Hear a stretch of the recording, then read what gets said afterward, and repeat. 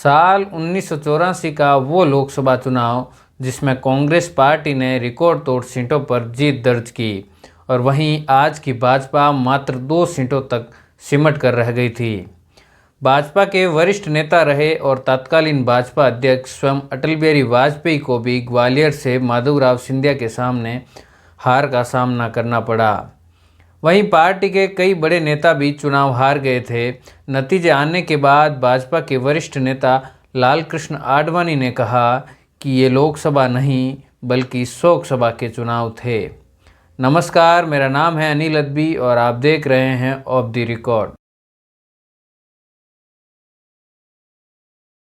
दरअसल 30 अक्टूबर 1984 को ओडिशा के भुवनेश्वर में एक चुनावी रैली को संबोधित करते हुए इंदिरा गांधी ने अपने ही भाषण में अपनी ही मौत के बारे में जिक्र करते हुए कहा कि आज मैं यहाँ हूँ, कल शायद नहीं रहूँ, लेकिन जब मैं मरूंगी तो मेरे खून का एक एक कतरा भारत को मजबूत करने में काम आएगा। अगले ही दिन 31 अक्टूबर 1984 की सुबह इंदिरा गांधी के 2 सिख अंगरक्षकों बेअंत सिंह और सतवंत सिंह ने गोलियों से भूनकर उनकी हत्या कर दी। इंदिरा गांधी के एक बेटे संजय गांधी की मौत पहले ही एक हवाई दुर्घटना में हो चुकी थी, इसलिए इंदिरा गांधी की हत्या के बाद उनके दूसरे बेटे राजीव गांधी को नया प्रधानमंत्री बनाया गया। इंदिरा गांधी की हत्या के बाद हुए लोकसभा चुनाव में कांग्रेस ने अपने नए नेता राजीव गांधी के नेतृत्व में 523 में से 400 से अधिक सीटों पर जीत दर्ज की।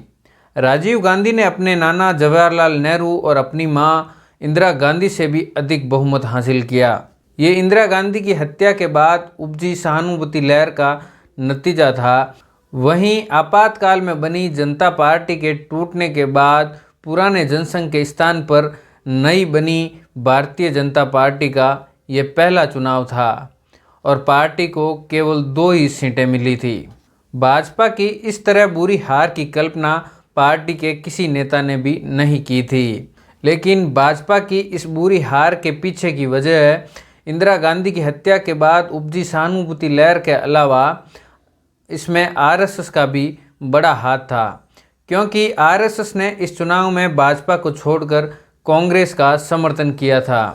ये वो चुनाव था जब 1984 में सिख दंगों के बाद कांग्रेस भाजपा को हिंदू विरोधी बता रही थी। वहीं नई उदारवादी भाजपा अटल बिहारी वाजपेयी के नेतृत्व में खुद को धर्म से दूर रखकर वाजपेयी की लोकप्रियता भुनाने का प्रयास कर रही थी। दरअसल 1984 के चुनाव में भाजपा और आरएसएस के संबंधों में तल्खियां बढ़ गई थी, क्योंकि नई भाजपा आरएसएस की अनदेखी कर रही थी। वहीं कांग्रेस हिंदू छवि को बढ़ावा दे रही थी। कांग्रेस के नेता राजीव गांधी चुनावी रैलियों में आरएसएस पर सीधा हमला करने से बचते रहे, लेकिन उन्होंने भाजपा पर यह आरोप लगाया कि उनका सिख उग्रवादियों से संबंध था। वाजपेयी के पुराने प्रतिद्वंदी रहे और जनसंघ के नेता नानाजी देशमुख भी खुलकर इस चुनाव में कांग्रेस का समर्थन कर रहे थे। कांग्रेस ने इसके लिए नानाजी देशमुख का धन्यवाद भी किया। पत्रकार रशीद किदवई के मुताबिक चुनाव से पहले कांग्रेस नेता राजीव गांधी और तत्कालीन आरएसएस प्रमुख बाला साहब देवरेस के बीच एक गुप्त बैठक भी हुई।